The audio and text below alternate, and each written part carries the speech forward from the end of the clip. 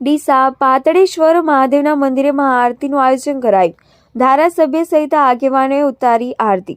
અયોધ્યામાં ભગવાન શ્રી રામ મંદિરની પ્રાણ પ્રતિષ્ઠા મહોત્સવને લઈને સમગ્ર દેશમાં ભારે ઉત્સાહ જોવા મળી રહ્યો છે અને ઠેર ઠેર ધાર્મિક કાર્યક્રમો યોજાઈ રહ્યા છે, જેમાં રામધૂન, સુંદરકાંડ સાથે મહાઆરતીનું આયોજન કરવામાં આવ્યું છે. ત્યારે આજે ડીસા શહેરમાં પણ અયોધ્યામાં પ્રભુ શ્રીરામના આગમનને વધાવવા માટે ગતરોજ ડીસા શહેરના પાતાલેશ્વર મહાદેવના મંદિર ખાતે આયોજિત મહાઆરતીનું આયોજન કરવામાં આવ્યું હતું.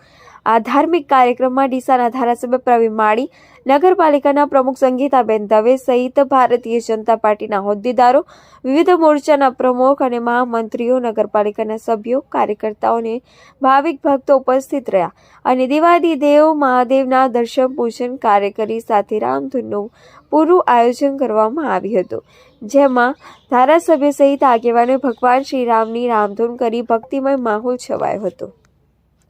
છે અને વિશ્વનો સનાતન ધર્મના લોકો જેમની આસ્થા સેના સાથે જોડાયેલી છે એવા ભગવાન શ્રી રામનો પ્રાણ પ્રતિષ્ઠા મહોત્સવ 22 જાન્યુઆરીએ થવા જઈ રહ્યો છે. ત્યારે આખો દેશ રામમય બન્યો છે, એમાં ડીસા પણ રામમય બન્યું છે. એના ભાગરૂપે દરેક વિસ્તારના લોકો પોતાના મંદિરોની અંદર સાફ સફાઈ કરી રહ્યા છે, પૂજા કરી રહ્યા છે, રામધૂન કરી રહ્યા છે અને જશ્ન મનાવવાની તૈયારી કરી રહ્યા છે. એના ભાગરૂપે આજે આ પાતાળેશ્વર મહાદેવની અંદર આવવાનું થયું અને એના ભાગરૂપે સમગ્ર વિસ્તારના લોકો ભગવાન શ્રી રામ આરાધ્ય દેવને આવકારવા માટે, એ દિવસને પળને માણવા માટે ઉત્સુક અને તત્પર છે. એનો આજે સાક્ષી બનવા માટે આજે અમે પાતાળેશ્વર મહાદેવ